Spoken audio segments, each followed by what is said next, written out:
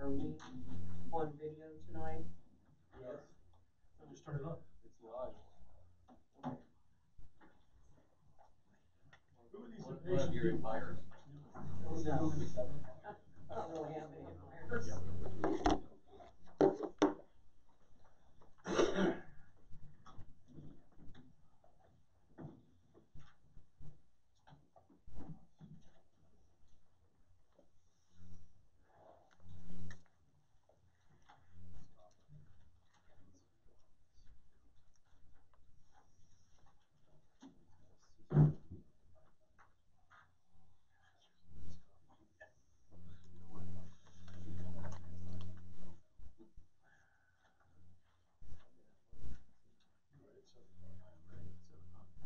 It is 7 o'clock. Let's call to order the meeting of the Hideaway Hills Club Board of Trustees on April 16, 2019. Let the record reflect that everyone is here who's expected to be here. Tom Matthews had other commitment and arranged prior to this tonight. I would like to have you all look at the agenda for this evening. And if there's any question, otherwise, could we have a motion to adopt the agenda? I'll make that motion. Dave Moore makes a motion, second by Linda. Any discussion? Seeing none, all in favor say aye. Aye. All opposed? Motion passes. On to the President's report. I'll make this short tonight. Buzzing for you. Yeah, we're fine. Okay. I'll make this short tonight because I'm here under protest. I wanted to be at the Blue Jackets game instead, and my wife and son are there in my stead. But I decided to make the commitment to Hideaway Hills tonight. Again, one of the reasons is if you look at the agenda, we have a very real serious issue that we've been talking about for most of the last year, which is reviewing the management committee's recommendation for the assessment increase. And we've got that listed as a separate item here tonight. We'll discuss it at length. I want everybody to hear and see what the management committee has done. They've taken this very seriously and discussed it at several meetings and had a lot of input from folks both within our staff as well as other members on the committee. So we'll discuss that later in full business because since we did last year, I guess it truly is defined as old business. So anyway, that's it. Good news, it's springtime. There's people out on the lake.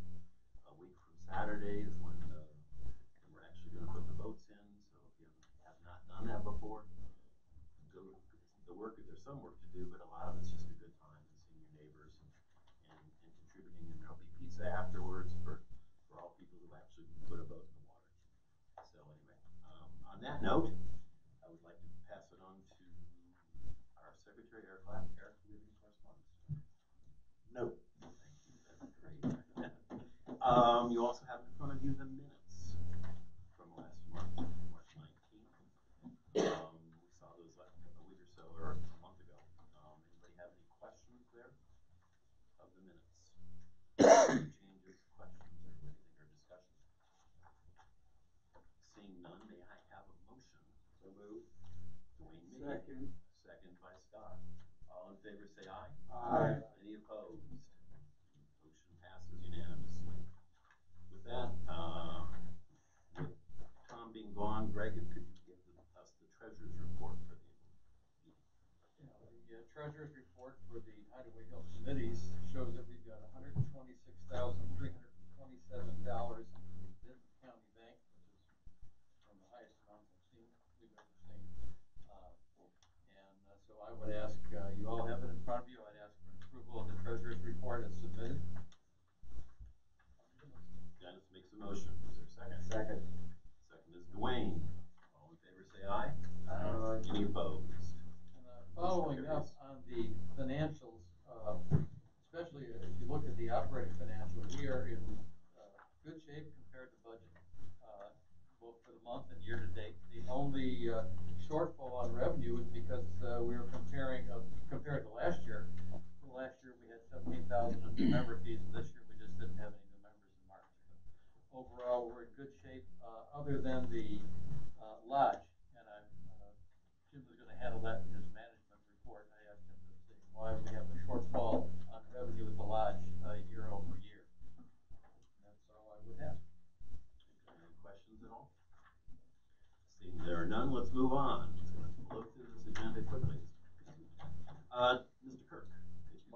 fastest you've ever got to me. Okay. Nice segue, Greg. Lodge and clubhouse financials. The lodge expenses were down almost $9,500 from last year, which is certainly a plus.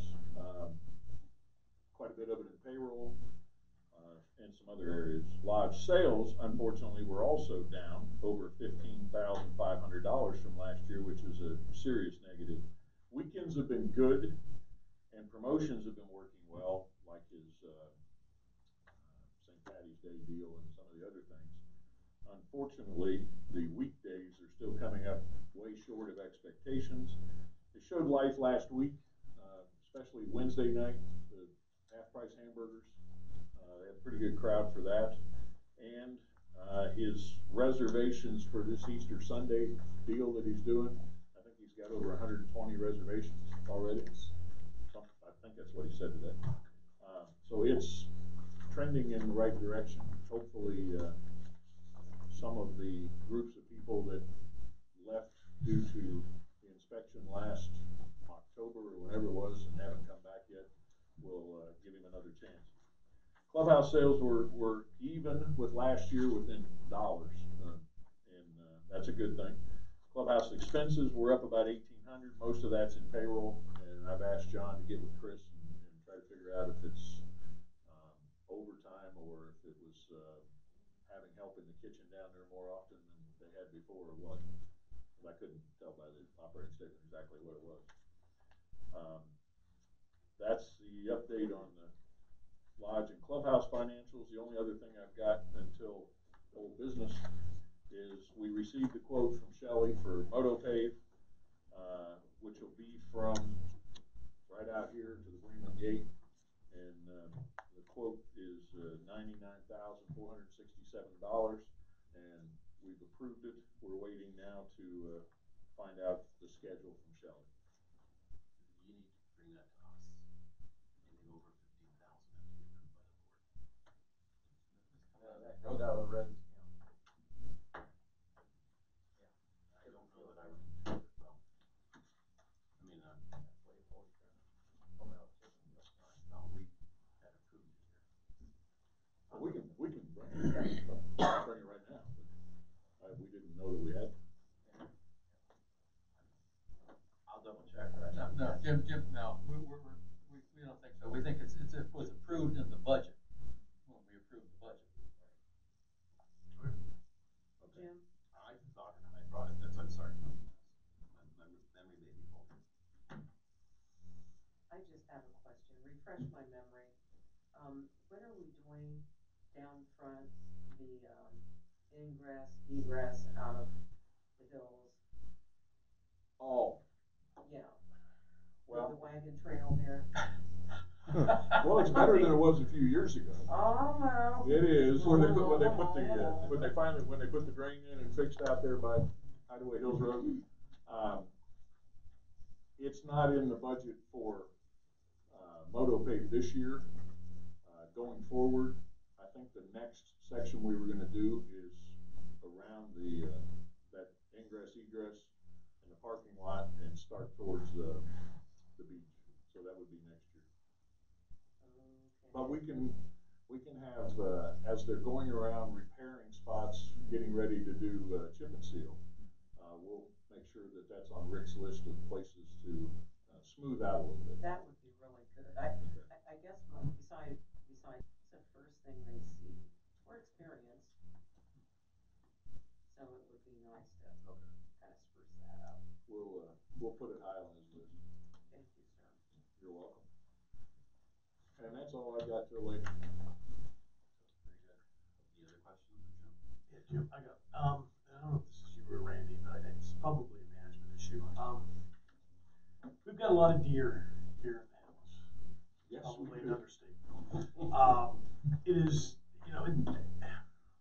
somebody brought to my attention that, obviously they eat everything, and it could potentially have long-term effects on Hideaway and the fact that any saplings or anything isn't there to grow and replace the trees and so forth. And again, I realize we're talking long-term. And somebody mentioned that maybe ODNR could do a study for us to study the population and see if we're overpopulated or underpopulated. And then maybe we can make a decision on what we want to do if we find out that we're overpopulated. Well, we'll get a hold of ODNR and find out.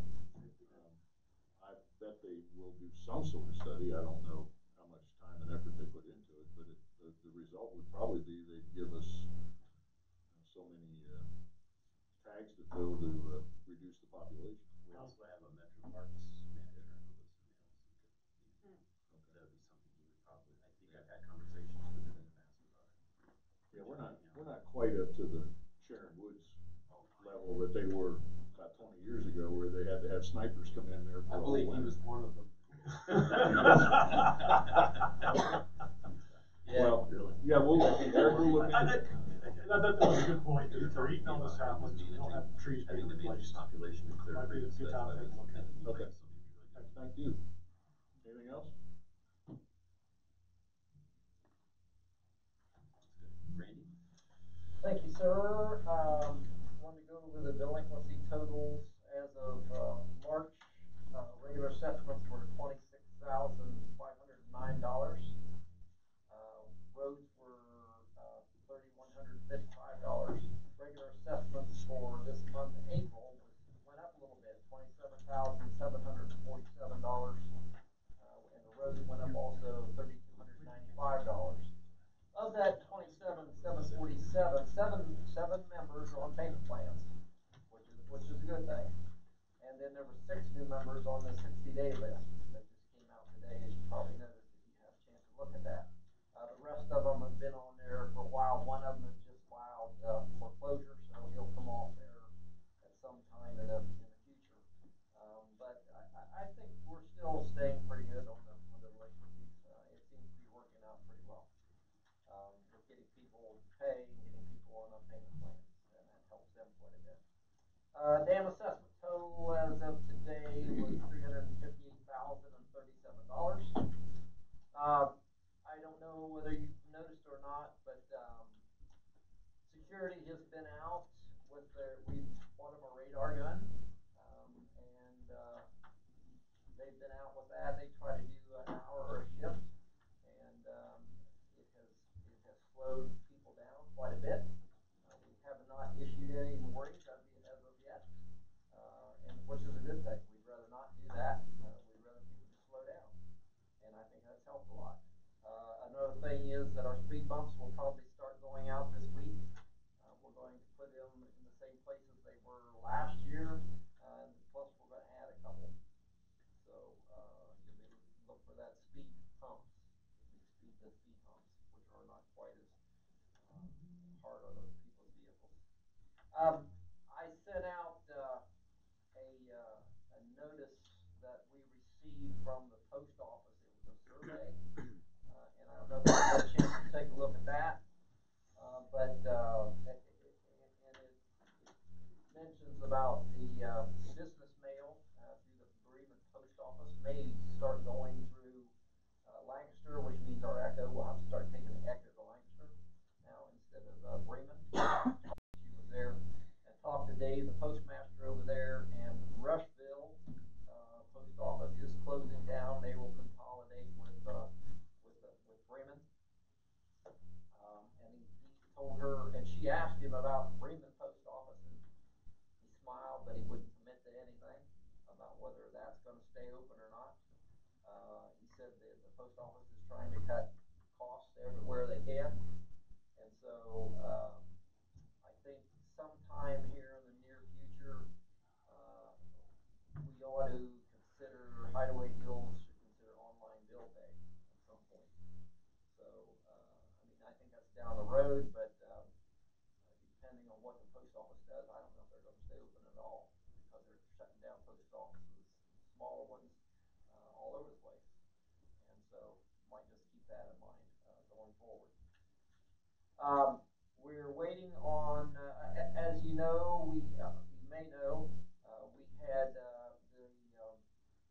principal spillways in Arrowhead and Tomahawk. We had a camera run through them because we knew they were leaking, and the cameras did a good job. We got a quote on relining those spillways. One of the quotes I think we talked about last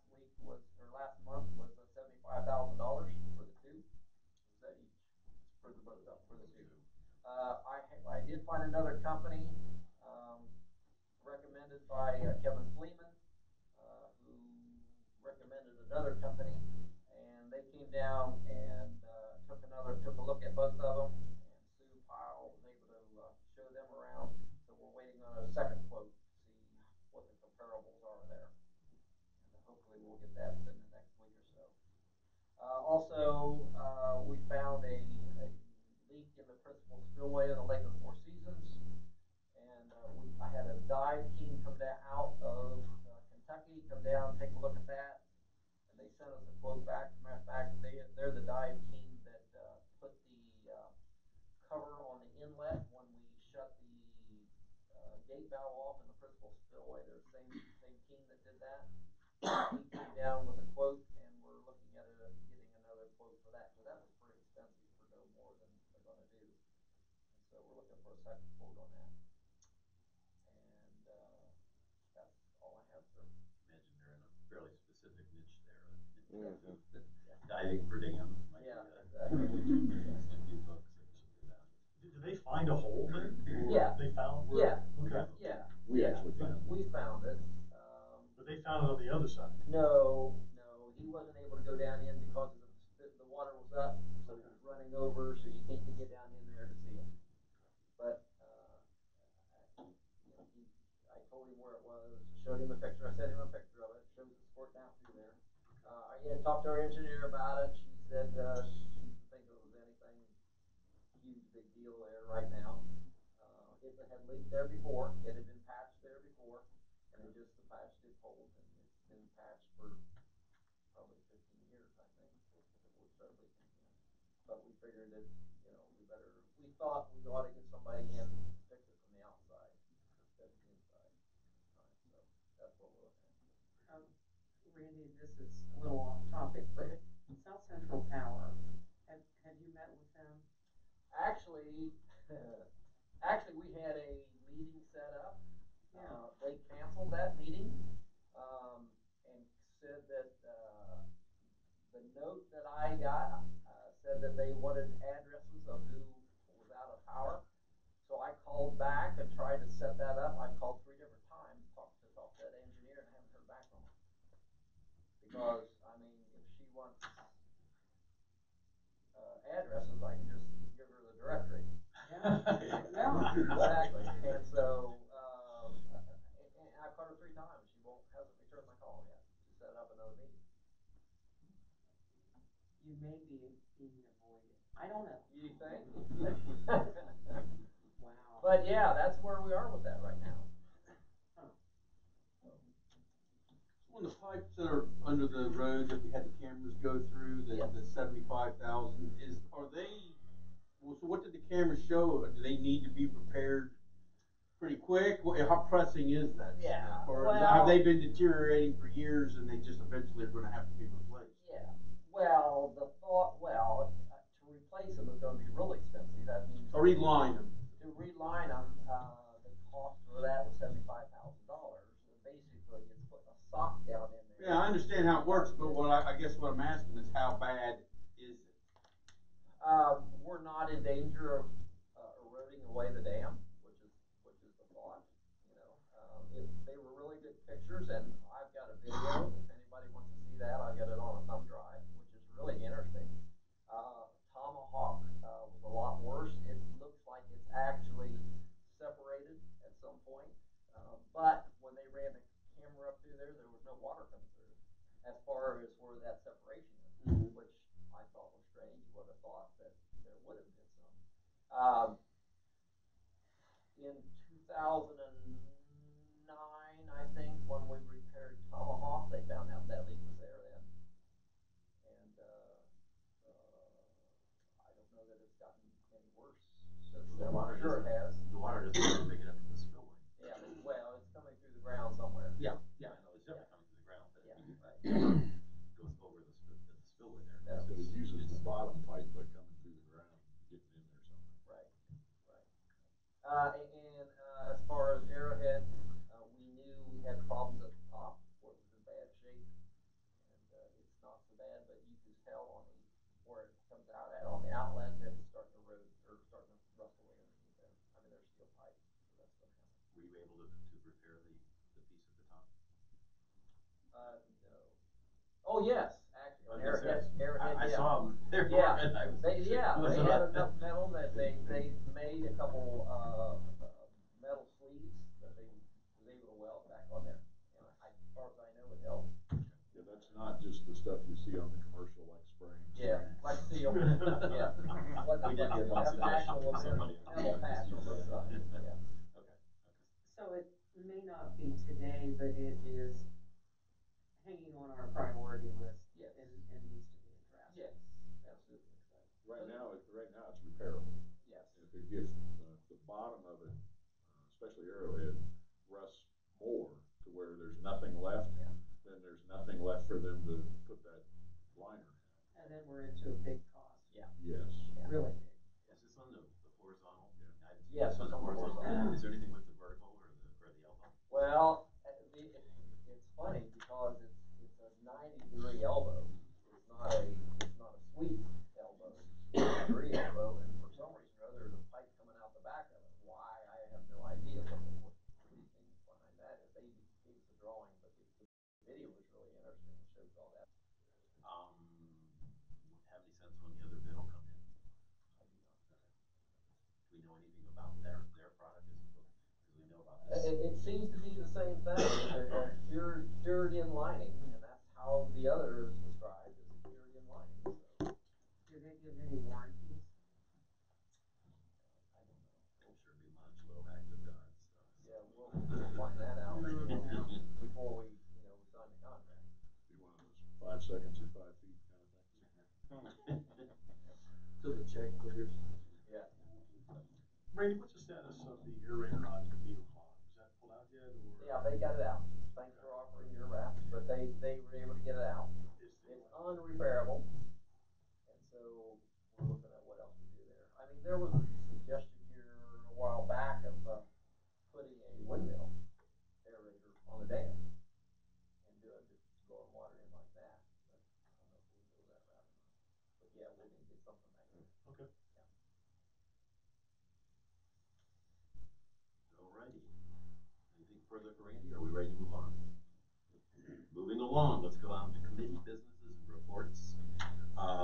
Just want to make one point first. Greg actually brought it up to me that make sure that your chairs know if we're having events, they're having a committee event, make sure that they get approval of it, because we've had a couple of them here where we get announcements before we've ever seen them. So just to make sure that we all stay on the same page. Again, as most of you know, most approvals are pretty much rubber stamped because people think about them and they do the right thing, but nevertheless, just to keep some events that we don't want potentially to occur, please remind all of your chairs to. Well, if I can give you an example, we had one this week where Health and Wellness wanted to do a 5K on the 25th of May, and the new member committee was going to have a new member reception. Both, one was at 9, one was at 10. But I hear that Health and Wellness has contacted new member, and new member is willing to move theirs down to, I think, 1 o'clock. You know, he emailed me, he said, you knew. Sorry about that. Hold up, I mean. Sorry about that. He's in Jamaica, I mean, but he I got nothing. That's a real time correction. Yeah, well, because Joe Williams said, can we go ahead then? If Health and Wellness, or if the new member is moving it down. I got, well, one less thing to do, right? Well, the 25th, we got time with the new member. So. Okay. All right. Anything, Dwayne? Whoa, wait a minute. Oh, that's right, you got a committee. I forgot. I didn't think we gave Emeritus that much leeway. You get sick and then you go to Florida and they just forget you even sitting here. Completely out of sight, out of mind. Well, we had a cardboard cutout sitting there. Some people would wish for that to keep his mouth shut. That was a punching bag. I'm sorry. I do. Mr. Lloyd, do you have anything for us tonight? No. I do. Barn committee, they want to host the Punapalooza on May 18th from 11 to 1. And I'll need somebody to make a motion for that. I'll make that motion. Okay.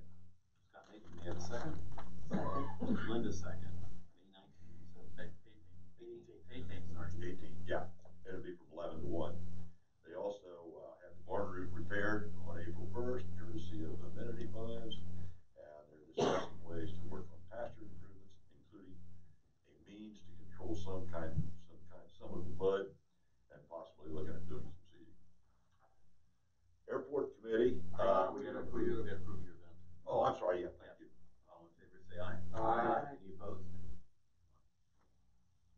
Airport committee. I'm going to turn it over to our airport chairman and let her tell you what we got going on. Sounds good. Hi, I'm Lynette. I think I've met everybody in here. We have been brainstorming, coming up with some really good ideas. This year we would like to do a fly-in. Our tentative date would be October 12th. So if you're not familiar with fly-ins, it'd be several small airframes, and we actually have a couple paragliders that are interested in coming too. So it would be something fun for families, stuff to do in the fall. It is a bye week for Ohio State, so we made sure we looked at that first. So yeah, we'd like to get approval for that. I don't know if you need more details. I don't want to get too windy. We ought to get the time, and that would be tentative, which would be actually Tentative time. We talked about mid-morning until kind of early afternoon, like probably a 4-hour type event. Maybe start at 9 or 10 in the morning and go till 2, 3 o'clock in the afternoon. So 9 to 3. Yeah. Okay. That's fine. 9 to 3. That works for you. Does anyone have any questions? Like, we'll want to do a fundraiser with it, maybe serve some food. Kids will be able to walk around and talk to the pilots and look at the aircraft. And we talked about doing a little instructional thing for the kids so they can learn about flying, things like that. So, Well, it's a fly-in for regular aircraft. Would you do anything with the model aircraft? Because we've got several of them around here. yeah, we talked about that briefly. But yeah, absolutely. thought maybe after the planes left, Yeah. they could put on their own show, like between 3 and 4 or something like that. The pilots will want to get out of here by about 3 o'clock at the latest. Are any of the pilots here? I'm just interested. From Highway, or these will all be visitors? I believe they'll all be visitors unless you have your plane ready. Tom Webster, I'm not sure. He's on our committee now too. We've got 5 of us now, but Tom's airplane, Jim, did he say if it was functional right now? Oh yeah, I can't remember, I think but it is. it's by October. I'm sure he'll have He has it. a band, but he will have to come here. Yeah, he will have Yeah. to come. So yeah, well, I and certainly if there's anybody else in Hideaway that has something they want to fly in, yeah. It's good to What see was them. what was the date again? October 12th. So we're, putting our feelers out to different people that might be interested in flying in and that sort of thing. But we didn't want to go too far until we got it through too much. They will all be pilots that are familiar with grass strips and short fields. Right. Yeah. It'll So be a did you very make a safe, motion there? happy event. Jim, you want to talk about hard sliding? Well, right now, I'd rather wait until I got a commitment off of them. We got a lot of tentative commitments that are coming in, or not a lot, but we have several tentative commitments to bring it in. Medflight's one of them. I've got a couple of military aircraft that I know we might be able to bring in. So, but we'll have a lot more information on what's going on. There is one other thing on this. We would request that from like 8 until 4, that the gun range be closed. So, Yeah. I'd like to make a motion that we approve the fly-in on October 12th from 9 to 3 p.m. you'll make that 9 to 4. I'd like to amend that motion to 4 p.m. Thank you. Do I second that? Second from Dwayne. Dave, do you want? Who was the first? Okay, thank you. Thanks, Lynette. All in favor, say aye. Aye. Any opposed? Motion carries. Good luck. Got another one for you. Okay.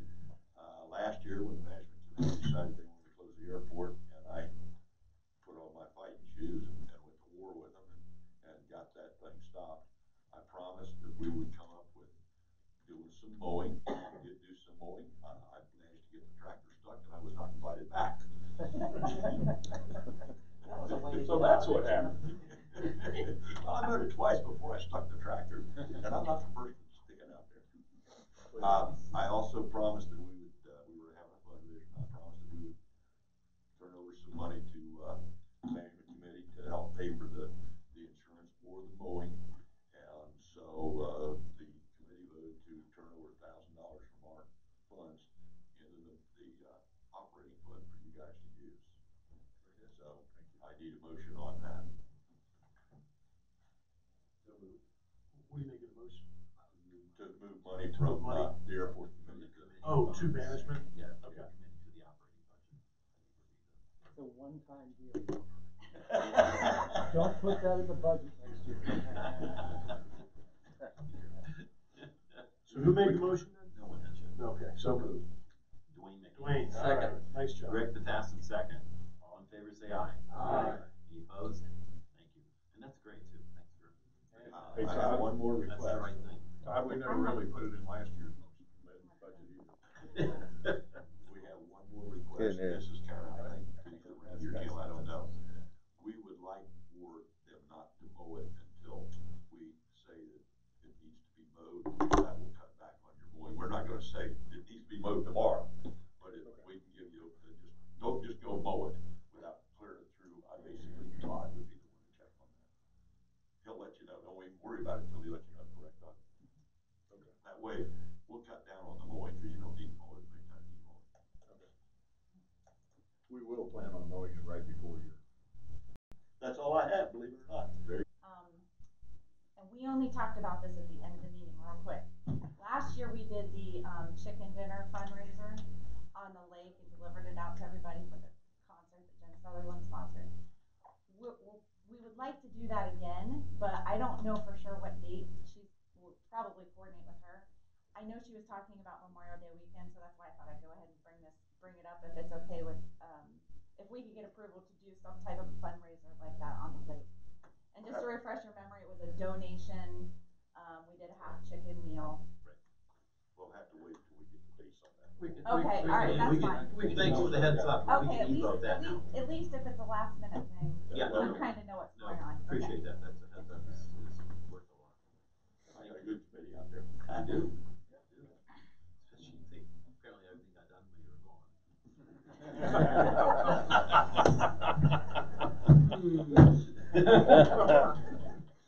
Anyone else here, right?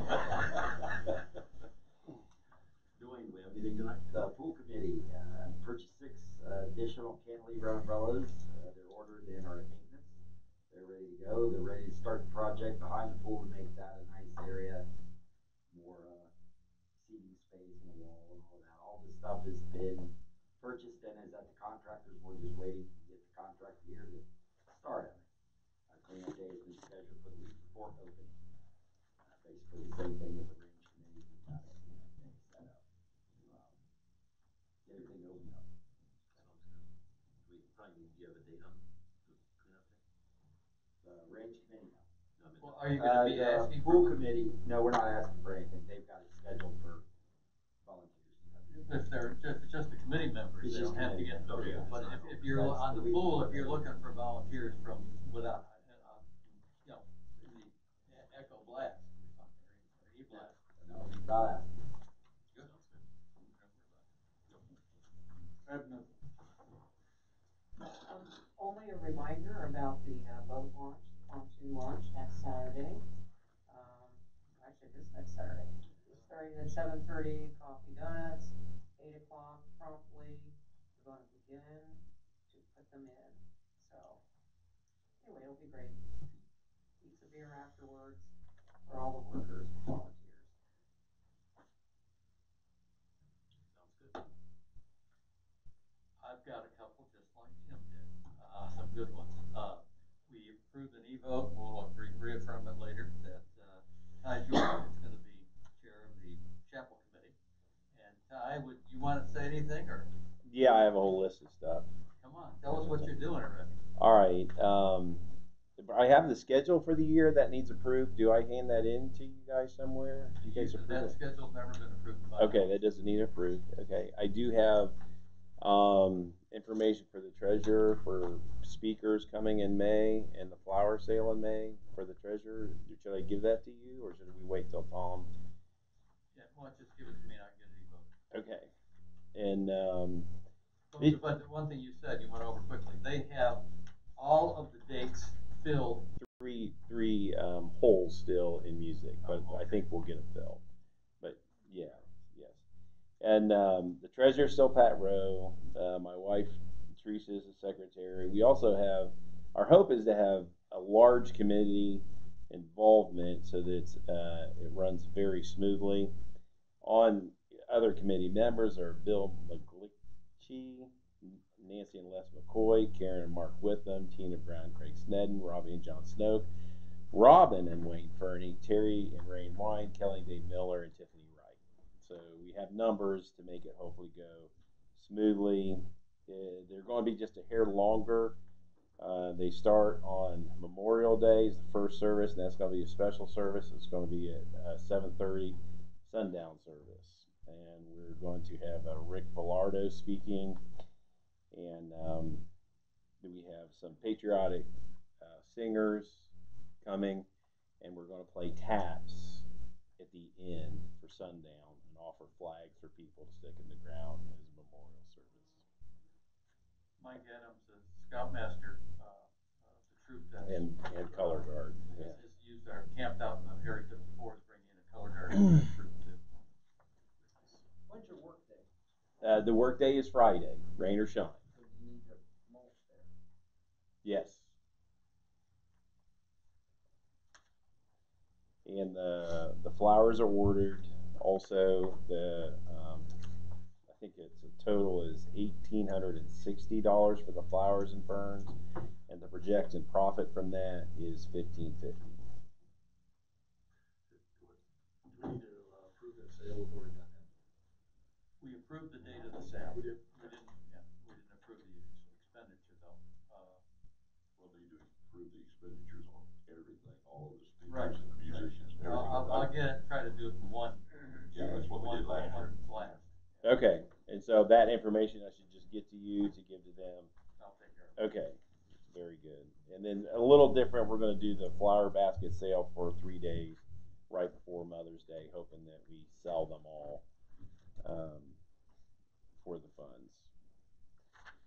And that's really all I have right now. I'm excited about it. I look forward to helping run with the crew we have. I think it'll be really nice. We hope for it to be financially very secure year for the chapel. And we also have some real well-known speakers. A guy that used to meet with Billy Graham coming on Father's Day. Interesting, really neat. So, thank you. Good first month. Good job. I got a good secretary. Yeah. I wish I'd had that recently.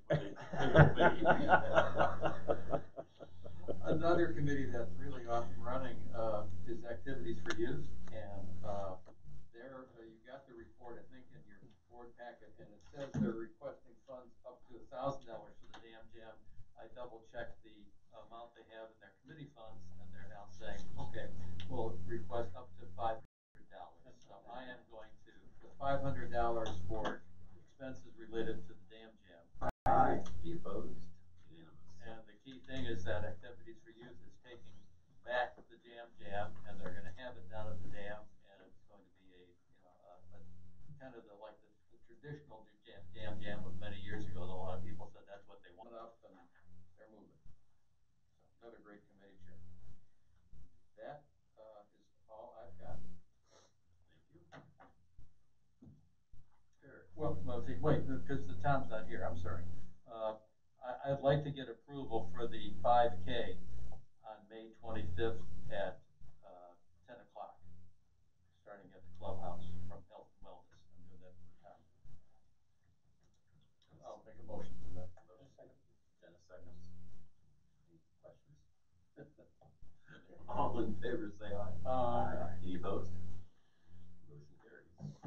Hey, Greg, I just noticed you're gonna have a drone fly over. They're gonna have to get permission from Randy to do that if we pass this.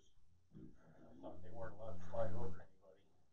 Well, there's, you can make special exceptions for that. They gotta be so high, and, you can't really fly directly over, but you can fly around the perimeter and do that. But just a heads up on that. Good point. Good point. Thanks, Jim.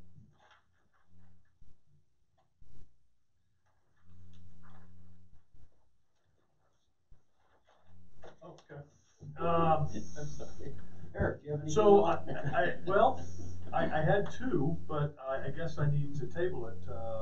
We were gonna have the new member reception May 25th from 10 to 12, but it sounds like it's changed.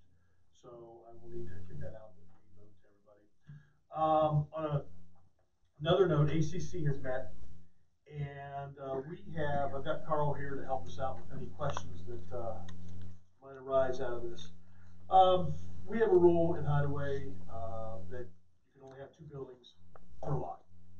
And the other lot is not meant for anything really more than a garage. But it's not clear that there is not supposed to be any plumbing or septic going into that second house, or that second building. And so the ACC has met, and they'd like to add that language to the ACC rules regarding the number of structures.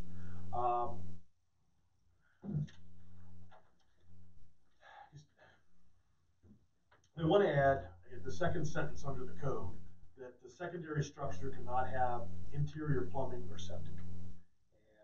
And I can go into more detail if you guys want as far as the whole paragraph here, but they want that added just to clarify so somebody realizes that they can't put septic or can't make a seventh room in the garage. Recently, somebody wanted to build a secondary structure for a studio, and they wanted to put a full bathroom in it, shower, sink, toilet.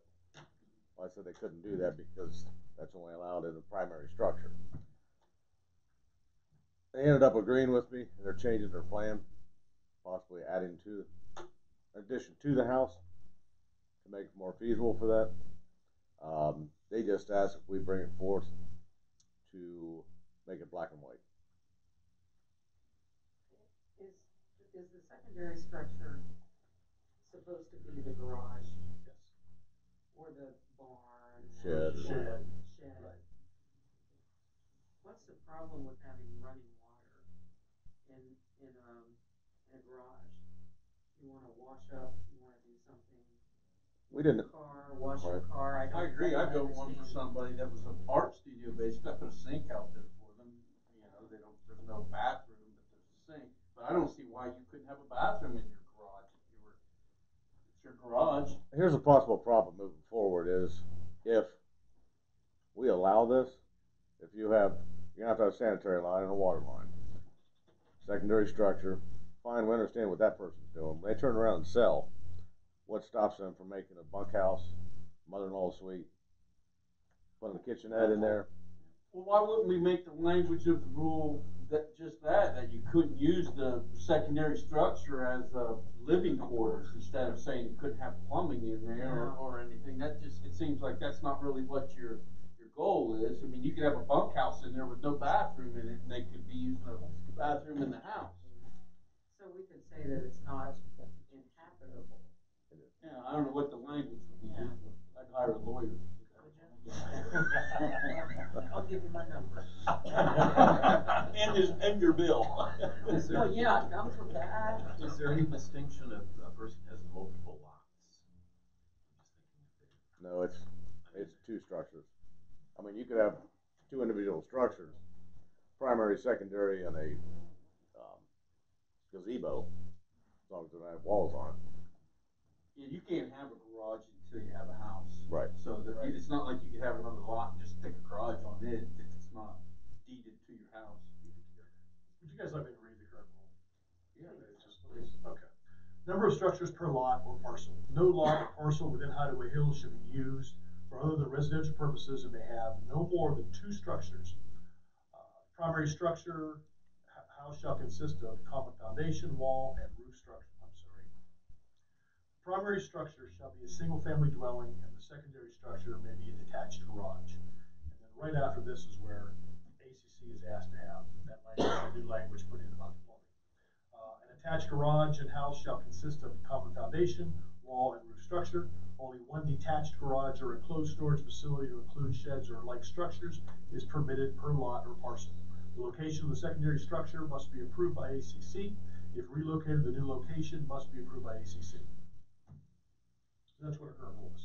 I got kind of a dumb question, but if you got 2 lots, could you build a to be primary.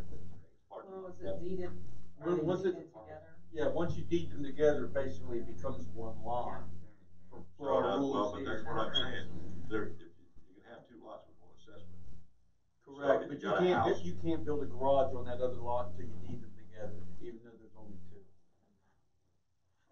Okay, you got a garage, I'm just, fill me in, I think I understand it, but you got a garage and a house on one lot. You cannot go over to the next lot and build another garage. No. First Well, I structure. guess you could, you just have to pay a separate assessment on it. No, the first structure has to be primary. Right. Yeah, you have to have Oh, a that's house. right. You have to have a home there before you can build a garage. Okay, that's answered my question. We've got a few folks with really big, 5 and 6 and 4 or 5 lots. Does that make any difference at all? Those are not deeded together. But they don't have their structures, all their structures are on on the deeded together part of it. And does it say the primary structure is first is the house? Yes. Yes. Does it say that, Eric? Yes. I'm reading through it, primary structures, it just says the primary structure shall be a single family dwelling. Okay, right, that's fine. And the second, No, they'd have to put a house up first. Right. yeah, Is there any, the only other thing is, for like boathouses, is that excluded? You know, it really doesn't say in our rules about boat I was houses. gonna say, I mean, I would like to put a garage on my place one of these days, and I've got the little shed down at the lake. They've never Is that- counted them, but it's never really, they say wharf in the language, but they don't talk about it being a boathouse as a structure Yeah. with roof, and like some of them are with sheds and. Yeah, I mean, that's what mine is, it's Right. something like, 10 by 12. But everybody has them, but they're not really spelled out anywhere in the rules since I've been building down in here. Well, that's what I originally had looked at when I had. You have a size restriction, and the little block up that you put on your wharf can only be a certain size. Maybe, we table this and take it to the Constitution Committee to look at. Has the Constitution Committee ever been involved with the building code? I don't remember, I don't think we ever have, that's always been, going through ACC. Board. Carl, do you have a problem with what Scott's saying? about it being uninhabited. Yeah, as long as it's uninhabited, you can put a restroom or a bathroom in there. The problem is proving that When it's uninhabited. Who polices that? Attention is the next person. Who would police that? Yeah. Well, the other thing is that unless your septic is sized properly, if you've got a 3-bedroom or 3-bathroom house and you put another one in the garage, it may. Doesn't it all have to do with how many people are using it? though? Yeah. I mean, you can They have- don't go by bathrooms anyway, they go by Okay, it's bedrooms. by bedrooms. Yeah, they don't care how many bathrooms you put in the house, it's how many bedrooms. Well, I think if you say that it's not to be inhabited and limited it that way, now who's gonna be the patrol? I'm not volunteering, however, if we're saying that it's not to be used as a residence, not to be inhabited, but rather it's for the convenience while, working in the garage, I don't know, but Who's gonna be doing the same thing about going out and looking at everybody's garage as well? So I think it's the same thing. Basically, this is a building code anyway, this is only for when people come and put in an application to fill the garage and they say, it's gonna have a bathroom in it. Somebody just goes and sticks a bathroom in the garage they already have and they don't get a permit, nobody knows. So what ACC is coming back is just to talk how to clarify, we already have this rule, but we're trying to get additional information in the rules so that people reading it go, okay, yeah, it's very clear, I cannot put septic or water, at least that's what they're proposing.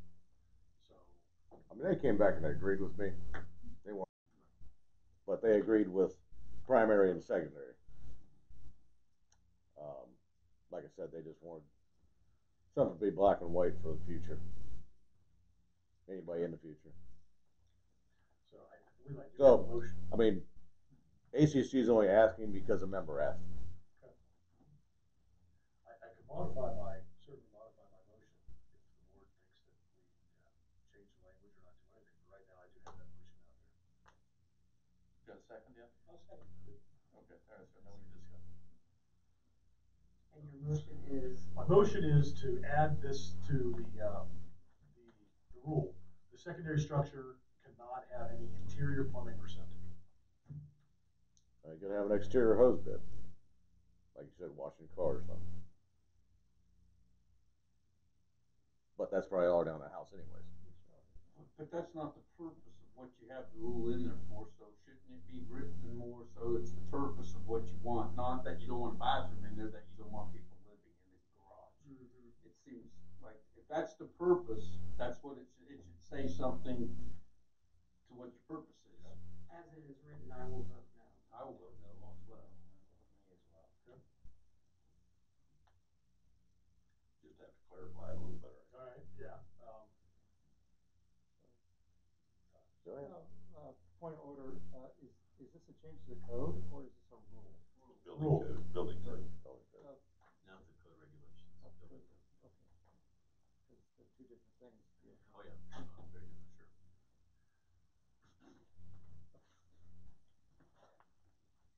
Carl, do you think ACC would be fine with the uninhabited language? Or you can bring it back to us too. Yeah, I'll ask him about it. No biggie. All right, then I will. Uninhabitable or Table my non-livable my- structure. Uninhabitable or non-livable. Just withdraw your I'll motion. withdraw my Just motion. withdraw the Okay. second. Yeah, very good. Then it's also second. Okay. I have nothing else. Mr. Albrecht. Long Range Planning Committee You here for the other one? has a long range plan for cleanup this weekend. So, from 10 to 12 at the shelter, we're going to have donuts and orange juice. And we're asking people to come down and pick up a piece of, look at the map and pick a territory to walk and clean up around Hideaway Hills. Some people said, well, I've driven along them, those are pretty clean. And some people said, well, you haven't walked it because it isn't clean. So we're asking people to come and join us and just pick your spot, commit to it, and clean it when you can. But we're going to be down there for 2 hours taking names and handing out maps. So we appreciate support from anybody who wants to do that. Dennis? Yeah. You might put out a second e-blast because the thing you just said, clean it when you can, makes a difference. Okay, I think that was in the first one. Was it? All right, then I missed it. That's right, we can set up the second one anyway. We need to set it up. It's just that, especially because it's raining, and B, we just had a conflict and couldn't do it. We'll do it, but we can do it when we want. Right, exactly. Okay. Trust that. All right, we'll do a second email. Okay. Second thing is that the Long Range Planning Committee has been working hard on their 5-year plan, and that is coming to both the management committee and to the board of trustees for review probably within a week. It'll be divided into 2 parts. The most important are the first 4 sections. Those are the key things that we feel that you really need to consider to give feedback to us so that the final plan will be something useful to everybody. So you don't have to read a 60-page document, which the document is. You just really need to look at the top 7 or 8 pages, really consider those, and then give us the feedback that you can. So you should be getting those probably within the next week to 10 days. Hey, Greg, in the e-blast that went out for that, it says if the weather is not with us, you can select your trash route and work it at your leisure over the following week. Good. I blew it. I didn't, but to emphasize, put in colors. Well, I think we need to do it again anyway. So. Mr. Miller. Social would like a vote for approval on splitting the cost of the Porta Johns down at the amphitheater with management, and that cost would be $727.85 out of social committee funds. So that is a motion. Do I have a second? I'll second that. Great second. Any question? Any comment from the management right now? And that's all I No, got. we appreciate their help. All right, sounds good. All in favor say aye. Aye. Any opposed? Passes unanimously.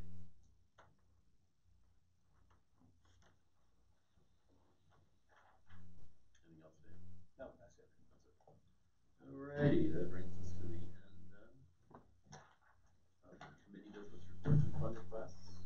Open forum, do we have anybody, Joe? Yep.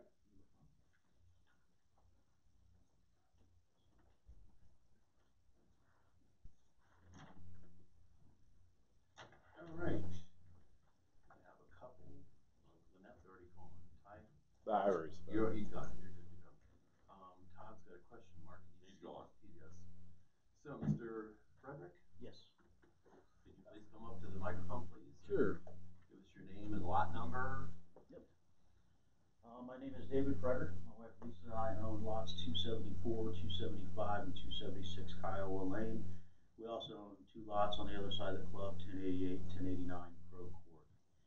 I purchased this house, the house on 274 on Kiowa Lane last year in July. The road is in very bad shape. It clearly has not been maintained for years.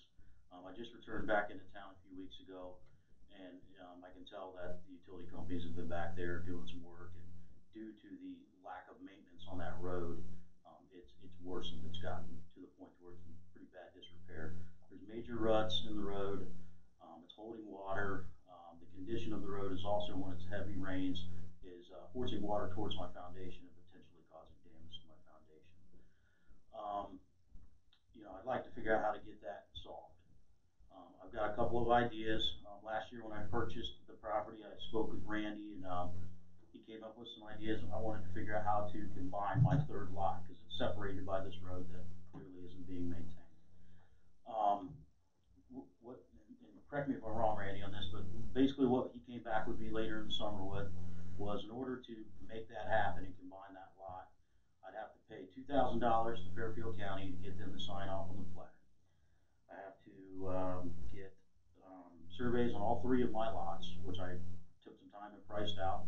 Looking at an additional $1,500 to $2,000 there. So now I'm at upwards of $4,000 to get this, to be able to combine this lot. Now I was okay with that. I'm okay with that. The problem where I have a problem where it becomes financially wrong, in my opinion, is now I'm inheriting a road that dues have been paid on to maintain, and now I got to take that burden on as well. So I don't think that's fair. So we either need to come up with an arrangement where I can, we can come to an agreement to get the road fixed, or maybe, since it's private roads, can we come up with an idea where something that would follow with my lot in the future, in future sales, we come up with an addendum to the rule where, hey, maybe allow me to combine that third lot and reduce my assessment, and I'll sign off and take the liability of the road and maintain it myself. I mean, I think that it's no skin off the game of the club. It saves me a lot of money, and I'm willing to put the money and take over the maintenance of the road. And that's pretty much where I'm at on the situation, and would like for you guys to consider something. Dave, we talked about that. That road is essentially your driveway, right? Correct. I own all of the lots of that. Yes, it's basically my driveway. From what I understand, it was eventually going to be a buy-through road if Hideaway Hills decided to purchase the land behind us. And that way they would have a right-of-way through to future properties. But I mean, I don't know if that's ever going to happen, especially now with Hocking and Fairfield upping the size of lots that you have to build on anyways. So, with it being private, the county doesn't maintain it anyways. The club's supposed to.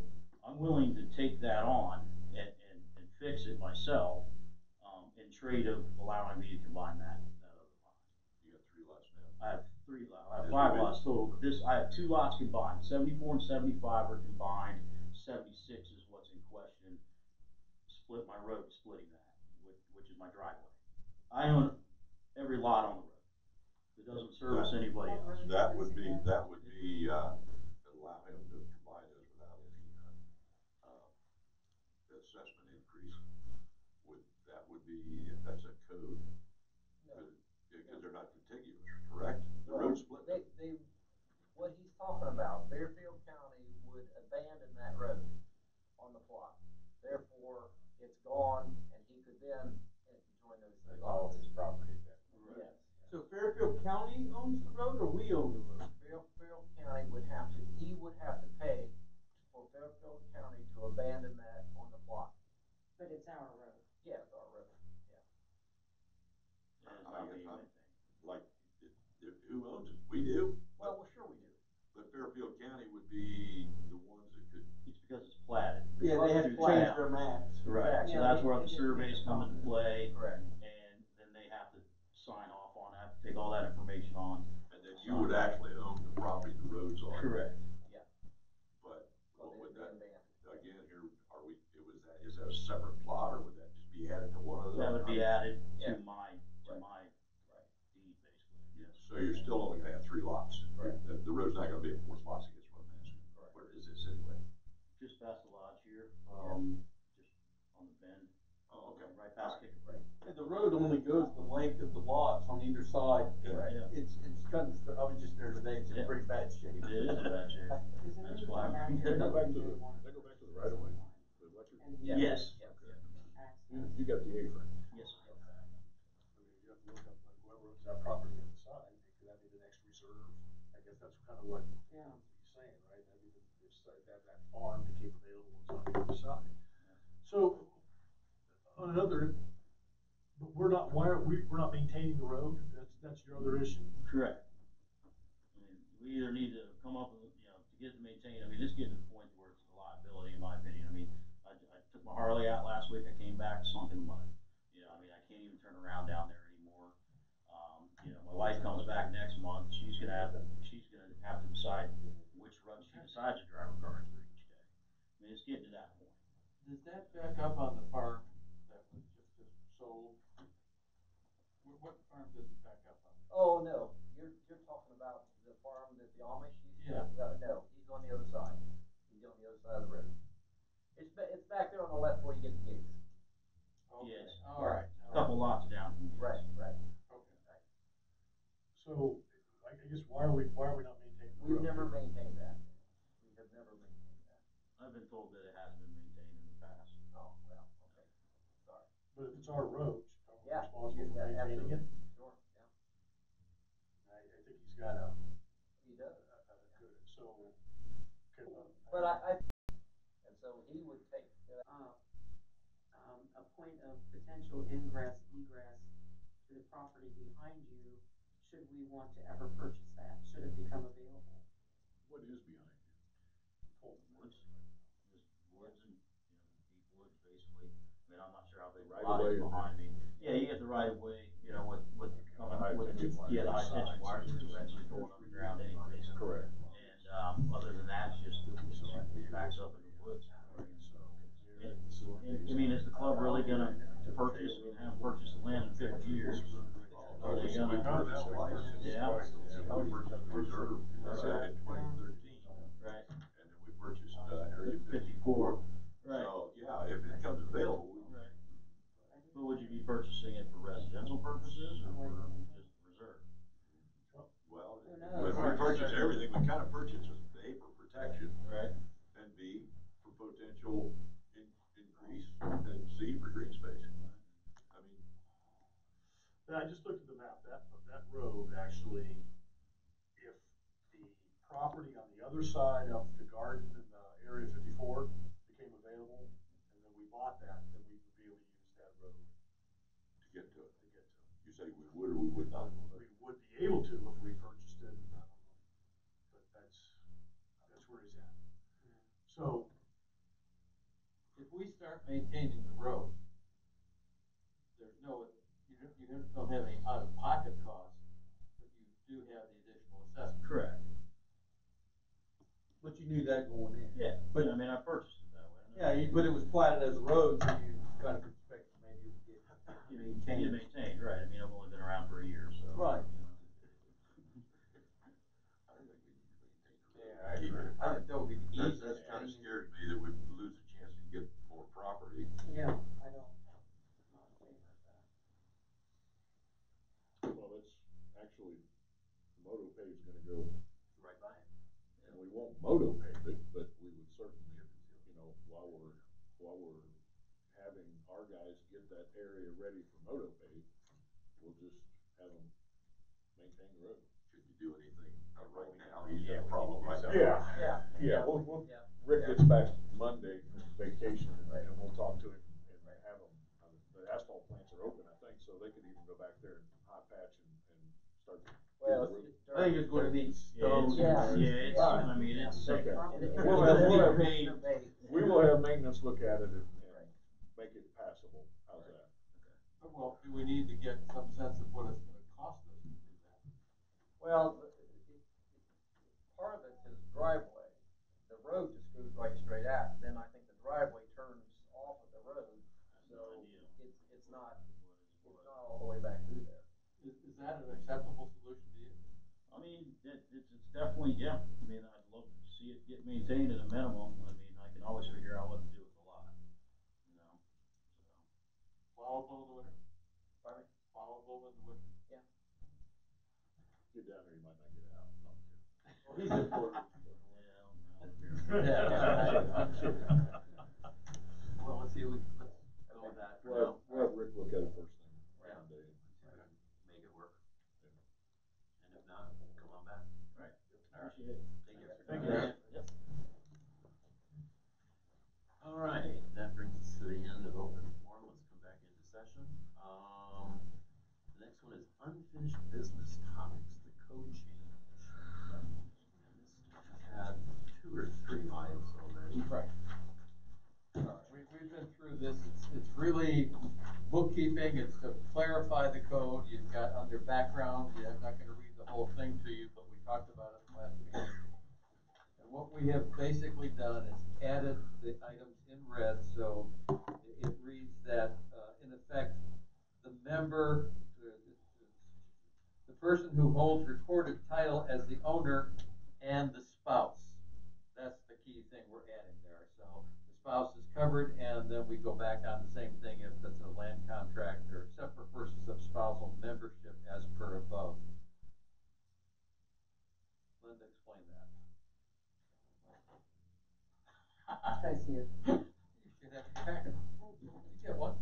Well, shoot, I didn't see it. Dang. That was your line. Yeah, it was. So, again, this has to do with members, who's designated a member, and the initial issue that came forward was that we may have someone who's purchased a lot in here, and they were unmarried at the time, but then they become married. So, that spouse, the new spouse, is not on the deed. So how do we treat them? And we came to the conclusion that we treat them as a member. But because of how our language is written, we combine or intertwine membership with deed. So even though I become married to someone, it doesn't mean that I also want them on the deed. So for purposes of how we treat this individual in an ongoing fashion, we want to treat them as a member, but we do not want to change their status under the deed. That's entirely a private thing between the 2 individuals who are married. So to make that clear, we say the seller under a landowner, except for the purposes of spousal membership as per above, lot ownership and club membership are automatically and irrevocably combined. So we wanted to be clear that we weren't, giving that other spouse a deed or of ownership, simply a way to be treated here within the hills as a member. Does that make sense? That makes sense to me, except for the bottom part, where it says, if they're going to be a company or like a corporation, then the club names 2 owners of such entity, and that would be the same as if I had me and my wife who would both be members.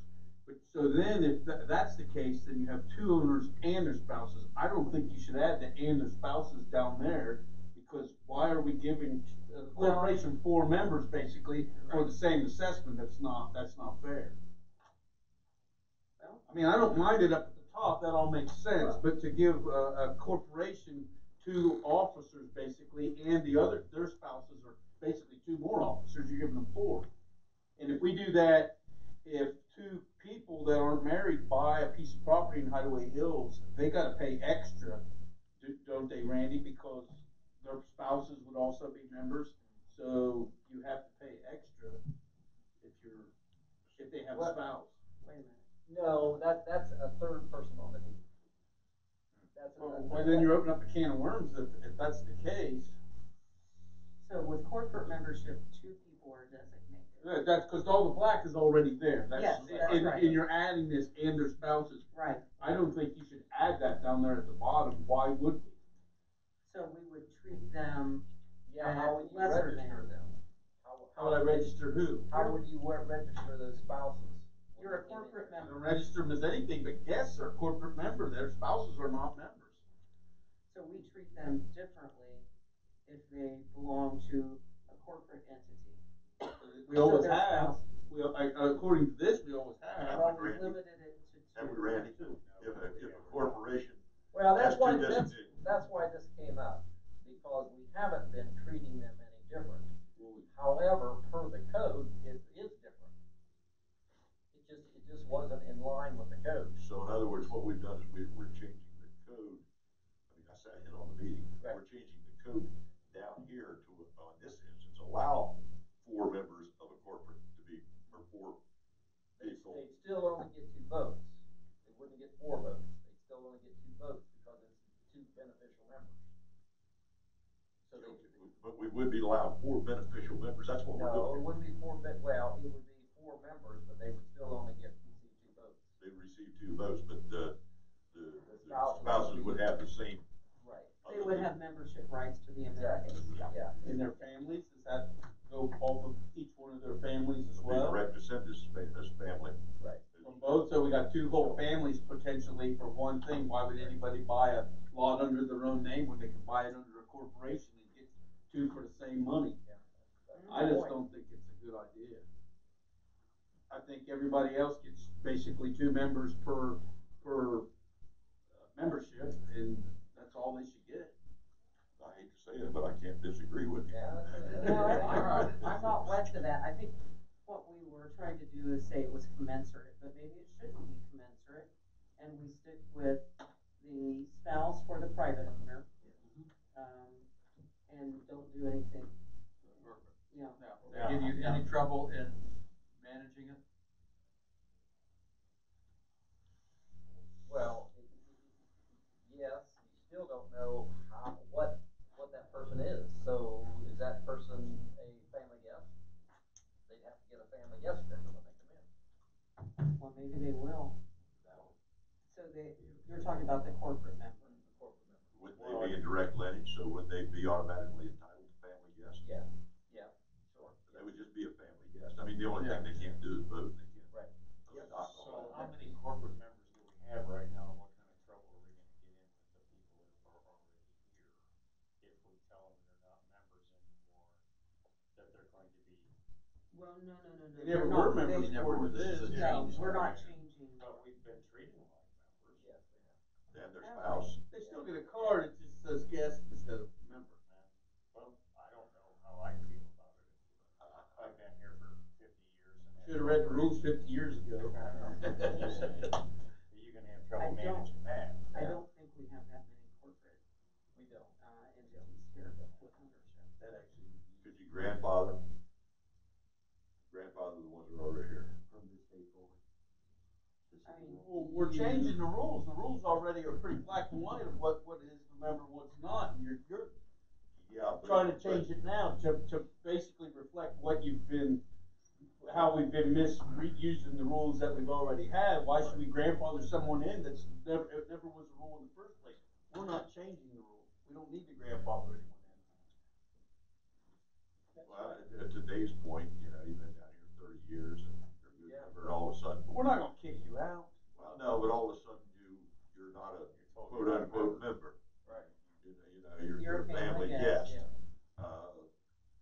And so if we grandfather the ones that are already here, it's not that many people, number one, and number two, it ends the situation as we go on about our business. We can find out how many there are first before we do. Seems awful difficult to grandfather somebody into something that's not even a rule. We'd have to make a rule to grandfather them into that we're talking about not making a rule. And this is all code of regulations about stuff that goes on the ballot, it's already confusing enough on the ballots as it is. The unfortunate thing is we do that a lot with grandfather. Well, we do, but that's when we're changing rules. If we're leaving this part out, we're not actually changing that rule. We are changing past practice. We're changing past practice, but we're not changing a rule. Well, do we know that we're changing past practice? Yeah, we do. You just said so. Yeah. Do you have any idea how many we're talking about, Randy? It'd be nice to know before we. Shall Yeah, we, we shall we gotta speak approve How on much this? time we got When? before, how much time we got before we gotta approve this? It's like the day before the May meeting. Day before, oh, so we Before can the go May ahead meeting, and we keep have vote on it if we most wanted to. The May meeting is like 89 days before the ceremony. Okay, so we've got time to research it. We do. So what do you want? It may not be an issue. We need to know how many corporate entities we have here. With spouses. Will get affected With by spouses, this. right? Yeah. Because if the two beneficial members are the husband and wife, it doesn't affect them, and that may be how most of them are. And it might, we might not even know just because we're mailing out, these ID cards, people might not even be coming down here anyway that are corporate owners with two members and two spouses. Yeah. Well, there's some small businesses that have a corporate name. Yeah. And I know at least one. So we'll find that out. So it's that portion that deals with the corporate membership versus private membership, and we're okay with the language Yep. regarding the private membership. Okay, good. Do we allow two people to buy in? Yeah. Sure. So, I mean, I'm sorry, two Unrelated people. unrelated Sure, people to buy. sure, yeah. So then are there more members there then? If Yeah. they're both married? I thought if they got married, you had to pay more of an assessment, because I've seen where Belinda sold the homes to two couples, and they had to pay more of an assessment on that property. I thought that was the case. Because of just that reason. Well, then there's Two whole Only if they're families. named on the deed. In other words, if They're there's named on four. Only if they're, yeah, and they were named on the deed Then, because. then that's the case, yes. Yeah. Oh. And you pay the additional fee if Right, you yeah. go through with the But if, John and Jim decide to buy a house down here, if they're the brothers or whatever, then, so that goes in John and Jim's name, but their wives don't go on it, then they would still, they'd be family, no, they'd be spouses, No, they're spouses. so they They would have be spouses. members. So now we're But doing if the they're, same if their thing. wives, with if those. Yeah. all four of them go on the deed, then they do pay separate assessment. Correct. And at our meeting, we discussed that, Okay. and we were okay with that. So if a couple wanted to buy a home together, the husbands or the wives or a combination thereof could be on the deed without the other spouses, and they would have the same thing that we're talking about Yes, with the corporations. They'd have four members on the deed. they don't have voting rights, Right. but they wouldn't have to be with their spouse if they wanna go to the lodge, Right. or if they wanna go to the lake. Well, neither does any other family. Well, I think they're supposed to. No, they're not. No, No, family no. guests, it's social Okay. guests. My mistake. social guests, yes. Family guests. Social guests, okay, Yeah. thank you. I don't know, I'm batting nearly 500, not 1,000. Nowhere near. Off the chain. Okay. Randy, so you're gonna You're let us gonna know. lose your judgeship here tonight. Am I, I was hoping for a gavel. So if he's gonna look up the corporate stuff, should we also let us know how many, the other situation that I brought up where you have two people that are non-related that. How would we know that? I don't know. Because Well, it doesn't matter, because if four people are on the deed, they're paying two assessments. Right. If only two people are on the deed, the wives become members, but they don't vote.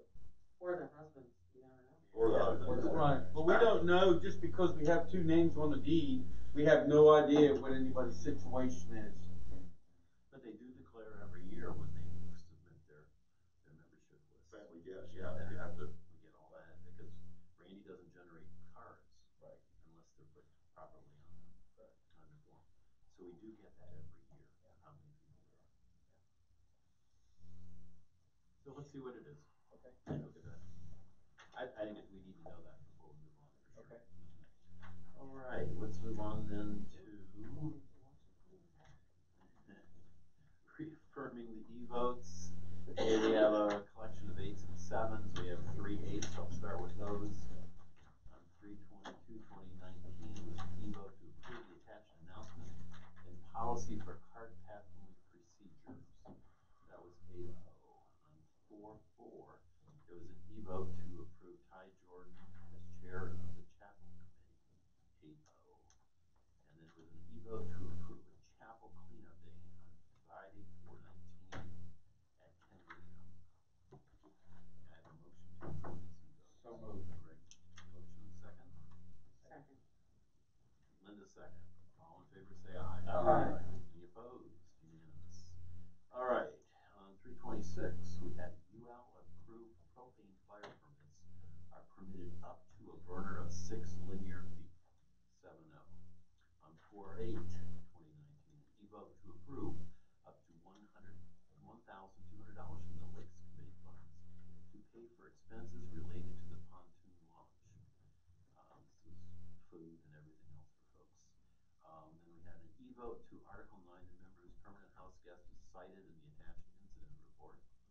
That was 7-0. And an E-vote to approve the Long Range Planning Committee holding a trash pickup day, April 20th at 10 a.m. That was 7-0. May I have a motion to approve these? To reapprove the E-votes.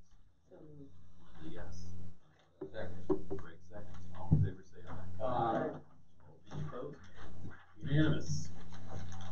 All right, next one. I got some good news there. Unfortunately, our previous adopted area chair had to step down for personal reasons, and taken a while because the two people that I'm nominating were in Florida, but they are now back in town, and they're very interested in taking this on. It's Ken and Sue Badger.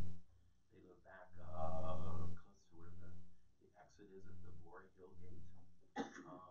Both are retired high school teachers and have been working with the Adopt an Area, and I think they're really nice people, good people, and I can't recommend them too strongly. And they're very willing, interested, and able. The feedback I've gotten from people on the Adopt an Area about them has been really positive as well. So may I have a motion to appoint? I'll make that motion. The Badgers as co-chairs. Second, Dave and Linda. All in favor, say aye. Aye. Any opposed? All right, I'll give them a call. Here we go. Let's get started. The Management Committee recommendations. As you know, we've been talking about the assessment. We did a bit last year. We did a post-mortem. We had a good discussion about what we might want to do, how we would package it, how we would put it together.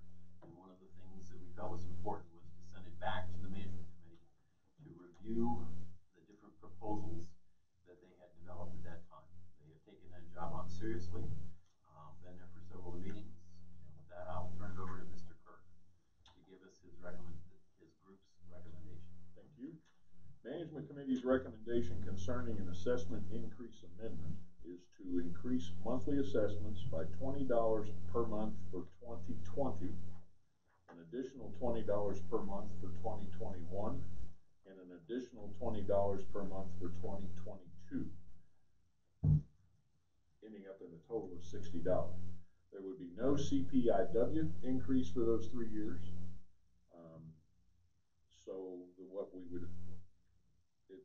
Starting January, we would end up at 188.53. January of the next year, we would end up at 208.53, and the year after that, we would end up at 228.53.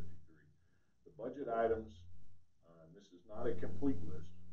It's the highest priority items that were part of the math going into this were ditches and culverts, security building, principal spillway repairs on Tomahawk and Arrowhead, which you heard from him what that's going to cost, maintenance facility upgrade, which our maintenance guys are asked in the wintertime to bunk there when they're going to have to plow at 3 o'clock in the morning, but there is no running water and no bathroom facilities in that building. So that's what we want to upgrade there. Annual wage increases, as we find out every time we try to hire a security guard or a maintenance person, we're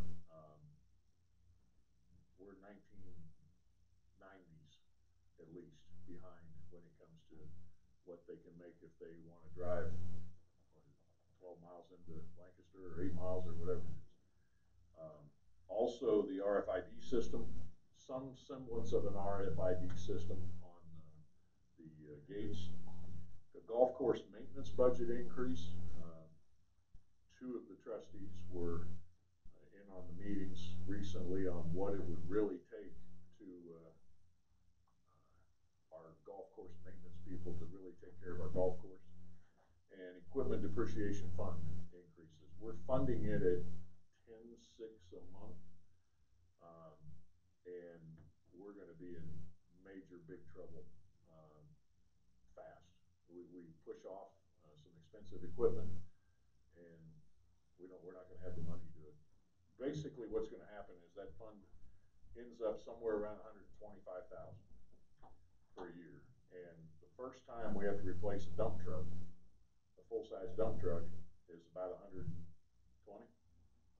So we won't be able to do anything else.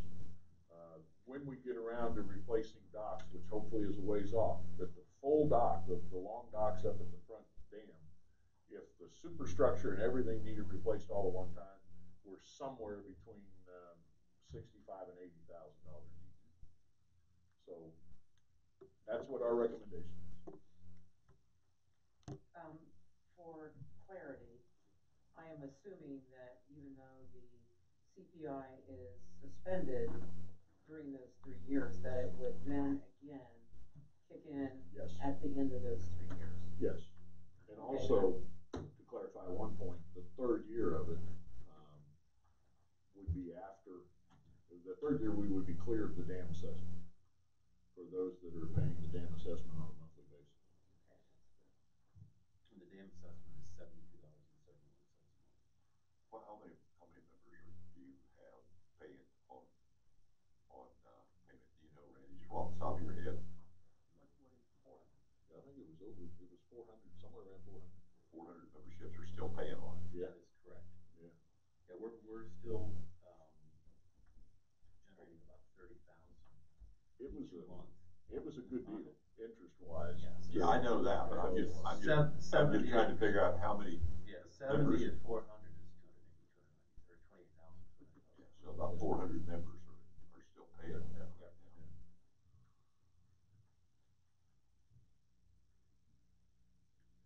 The plan would be to, and we've already had several people who volunteered to put together a 66 and 2/3 committee that's similar, and to aggressively market that. We obviously will need the details of what the management committee has fleshed out between ongoing costs versus one-time costs and how to amortize them.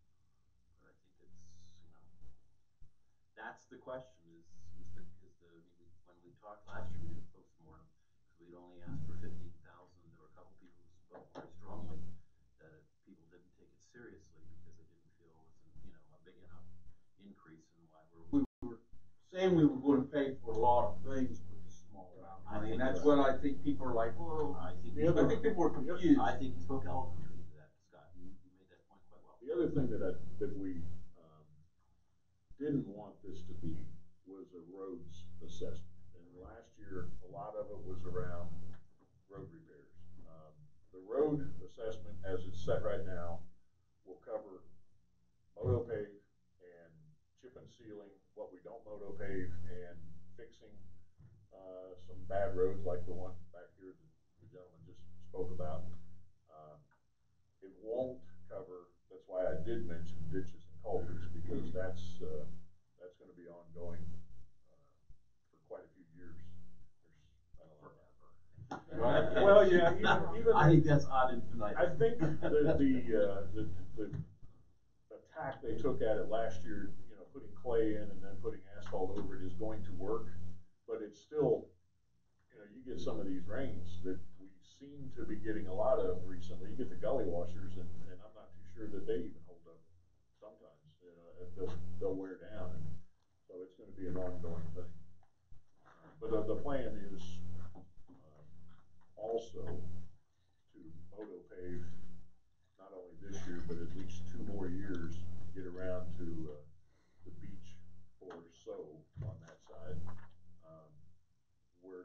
sure how much further we can go on the other side of the lake because of some of the hills. Shelley has already looked over there and said they will not take a roller or their equipment on some of those hills. Are you talking about on Teos? Yes. Yeah, yes. And part of that was, I mean, I don't live on Teos, but when I travel it, some of it's not so good. Well, the goal is to, as part of the ditches and culverts and roads and everything else, is to also spend a little bit of money maintaining lane and a half to 2 lanes, and not lose any more of it than we've already lost. But there's been some conversation, and I wasn't part of the management committee back when they decided to do motopave, but there's rumors out there that they're going to motopave all the way around the lake. Well, they're going to have to find somebody other than Shelley to do parts of it because He never said that. I'm sure you didn't. But We didn't have. you know how rumors. Hey, it was on Facebook. It has to be true. It's true. I remember very explicitly the first year we were going to build, we were going to see how far we could get for that amount of money and see if it held up for us.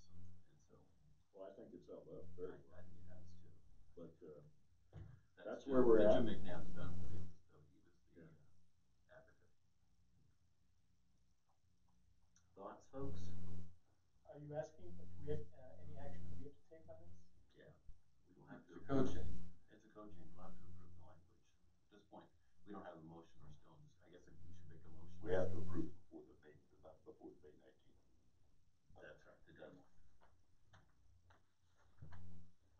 We don't have to approve it tonight, but we're gonna have to approve it prior to that. Right. When do we have to publish it in the Echo? Is that a problem?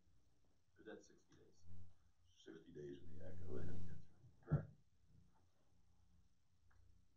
Do we want any more information? Do we want to go home and think about it? Do you want to go talk to your friends and neighbors? Well, that's gonna be a doozy to the new member fee. 60 to 1, 3 years, $60 extra. Yep. Well, once it's all on. Do we have a good breakdown of how we want to budget going forward so that we can? I'd like to look at that. Yeah. Let me clean up a version of it and I'll send it out to. If anybody have a problem reading Excel on a computer, laptop, or something, then I'll get it to you. You can look at it. We gotta do something. We can't just sit here. We gotta do something. Well, I'll tell you how the meeting went. Just Jim was there. The first spreadsheet, it's kind of a shock and awe kind of thing. You know, all this was on one, and it's all stuff that the management committee members agreed needed something done. All of it are needs. They're not wants or wishes. They're real legitimate needs. And so we come up with the list the meeting before, and I put the dollars and cents with it, broke it down by the month, and we brought it up, and it came up on the agenda, and I don't remember who asked. One of the guys says, "Okay, where do we need to be on a monthly assessment?" And I said, "Well, if we're going to do all this at one time, we need to be at 249.53." And you looked around the room, and it was like, and actually, it was a member who was sitting there watching the meeting. You know, we were beating it back and forth. How do we get this down? What do we do? And Paul said, "You need the whole thing, but can you prioritize it and do part of it the first year, and can you do it 20, 20, and 20 or something like that?" So I got to give that member credit for that, because otherwise we'd be A little easier to swallow. Yeah. I think Never one like that. not that much, but I thought we've done them in the past where it's incrementally went up for a year. But I think it was only like $5 a year. You know what? I think way Yeah, back in the 90s. somewhere we did do that. I mean, you were saying. Wayne's got a number. I had it turned down, but something else popped up. So I mean, we are talking about a 35% increase over the 3 years. Well, when you look at the grand scope of things, $228 for this place is not a hell of a lot of money. But So- on the other hand, I'm sure there are people there who won't be able to afford it. They've got 3 years to figure it out. 2 years. Yeah, that part I like. Yeah, but it just doesn't make it any easier. Yeah, June 1 is 3 years since we started paying on the dam assessment. So it'll be 2 full years left that they have. So if it was passed at the annual meeting, then it would start at the first of the year, or? That's correct. January would go to, January 1 would go to what? We go to 188.53, and then 53. $20 and $20. If, when you're looking at the math, this past year we went up $4 basically. So if you look at CPIW, if it averages $4, then there's $12 that we were going to go up anyways over the period. That doesn't help a lot, but it helps a little bit. Here's what I think about.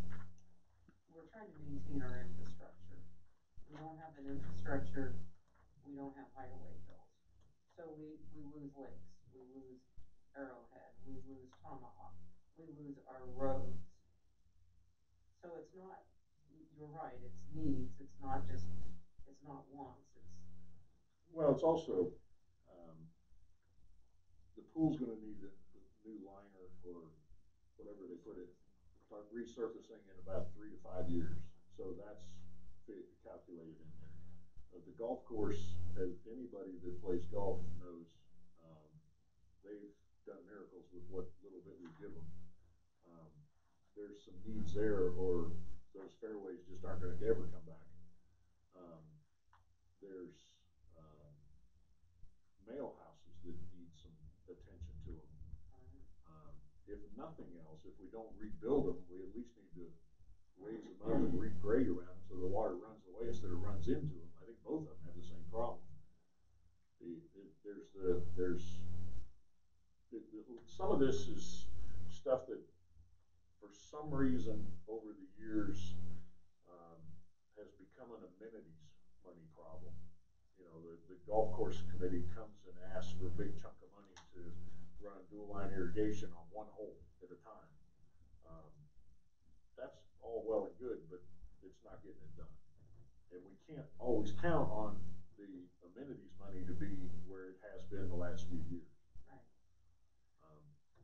Another thing, if you really think about it, with this not starting till January 1st, you really only have another 1.5 years of dam assessment.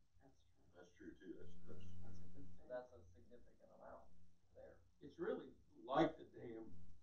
I mean, it's the same thing. We couldn't lose the dam. We had to have the dam. We have to have this. We want to keep what we've got. We've got to have the money. I will throw one thing in here. And this does not include a complete fix of Tomahawk. Because when that was looked at the last time by somebody, it was 200, 240 or almost $250,000 to drain it and bring clay in and reline the whole thing. It does not include that. But Tomahawk has been like that since Hideaway Hills began. It was caused by the developers on a Not an immediate problem. It's never been a good like that. And Sue's got documentation to prove that. Yes. So we have a recommendation in the management committee, which was unanimous for 2020. Do we want to make a motion here tonight to approve this? Do you want a little more time to discuss? To wait for June's? I'd rather see I'd like to see the spreadsheet first. I would too. Okay. I just wanted to move it along. Yeah, I'm supportive, but I want to see the spreadsheet. I'll do that within the next couple days. Okay. I don't think anybody sitting at this table is against this. It's just me. We get asked questions. Yeah. Oh, I know. Yeah, we'll be carrying that Well, damn yeah, thing around in our Hey, pocket. I told Randy when I saw him earlier today, I was going to wear my Tiger Woods red shirt tonight, so when I got shot at, you wouldn't be able to tell whether you hit me or not. I'll wear my brown pants. On that note. Moving right along. Okay. All right, so you will do your homework and get that for us. I'll do that. Since we'll see what happens after people watching the video tonight respond. So ODN Artist Swamp House, I went back to Jeff Johnson to say, where are we at? I talked to Jeff Spangler, I think I shared that with you because they were talking about doing some sort of a license or lease for us with the outlot, being able to access across it. Jeff said it's just an easement would be simply enough to way to do it and be simpler. As of when I came up here this evening, I had not heard back from Jeff, but I'll share that with you. He's the administrator from Equity Reserves. And so I'll let you know as soon as I find out. He'd indicated probably before the last meeting that we should be getting something within a month. So I gave him a month. It's in their lawyer's hands. It's in the lawyer's hands, yeah. They must have their own judge. All right, moving along on the lodge deck. The markups are finished on a structural plan. We went through the few changes that we have. We have one bid at this point. I was promised there'd be another bid that I would get by the end of close of business today. I've got a committee to review the bids. Jim Kirk, Dan Donovan, Kathy Clevenger, Ruth Miller, and David Lee. Those are the 5 people. We'll see what the numbers come in, whether we can make it happen. I'm hopeful that we will be able to within the funds that we have, and we're looking forward, hopefully, to beginning construction just as soon as we can get it. There's one other piece, is the guy from Carter Lumber. I was supposed to meet with him this afternoon, and he left. There's somebody really ill in his family, and he was asking for prayers, so I'm going to meet with his colleague probably later this week to just verify those prices. So I'll let you know. And like I said, I'll have my committee reviewing not my committee, the committee reviewing the bids, and we'll go from there. So we will have bids. It's just a matter of whether we can. And this is for the single level. It's the upper level with steel cable rails and steel composite. We'll see what the numbers are, and we'll get back to you. Wasn't the deadline March 27th for the bids? Yes. And now we're waiting. Now there's another deadline. Well, of course. I mean, I'm home here nearly 3 times a week, even when I was in California, trying to get bids. Yes, I have one bid. I didn't think we wanted to go with this one. I'd like to see another one before we do that. Yep, I have one bid, and I've got a guy who's willing to do the excavations with it. And so we have that, but I didn't feel that I wanted. But I have been calling them. I can show you my emails and phone calls. I call them regularly. It's extremely frustrating to me. These are people that have indicated every interest in doing this job and the like, and so I'm pushing it as hard as I can. I mean, I know they're not. Like I said, I've already called them both yesterday first thing in the morning and today first thing in the morning, and I'll get back to them again. Again, the one guy said he would have it to me by tonight. The other bid is in the hand, and the third guy, I'm hopeful, but if I get 2, then at least we have something to evaluate, and we'll go from there. You know what worries me a little bit, Jim, is so construction. Because people are so slow in responding to us, I worry then how they will be once they start construction and how we pay them once we start construction. Sure. Because, man, if they aren't more responsive with construction than they are now, I worry for us. Sure. And I don't know what the issue is. People are busy, and they're just, I mean, I can't. Yeah. I think our draws will need to be very judicious. Yeah. Well, the one proposal we have is that way. It's set up that very much that way. It would be 50% at the end of the job on the one proposal. Yeah. It was going to be 25 in the first, 25 with 50% completion, the other 50 at the very end. That's the way that one's set up. I mean, again, I'm waiting for the committee. I feel strongly that if you ask people to review something, they need to review it before we go after it. So if we can't make it, if the cost is too much, or we don't believe that we have a strong proposal, then we'll just have to figure out what plan B is at that point. But we do have, we're moving there. All right, Mr. Lapp, do we have any new members this month? We do. You struck out last one. Right. We got no money. We got no money, but we got a new member, so I'm not sure how that happened. I'd like to make a motion to approve as new members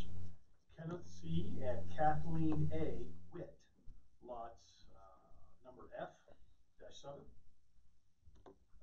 lot 170 and lot 171. That's what we have. In relation to any of the other ones?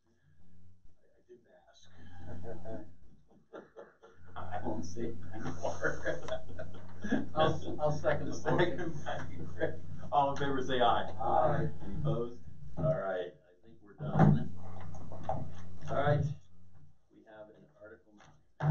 Motion, we need to make a motion to adjourn. Yeah, you're right, I'm sorry, yes. I have a motion to adjourn. I so moved. Okay, Scott, Linda, Dwayne, all right. All in favor, say aye. Aye. Any opposed? At 8:47. 8:47. Well, it looks like it's 4-3 now. I'm just telling you. Your wife Is that the Indians game? cannot get home. No, Lightning And not 3, tell you Blue home. Jackets. She's staying home tonight. Really? Oh, you remember? Blue Jackets. Wait, do we have a second? Wait. Oh, Wait, wait. Oh, no, we got it, I got it on mine.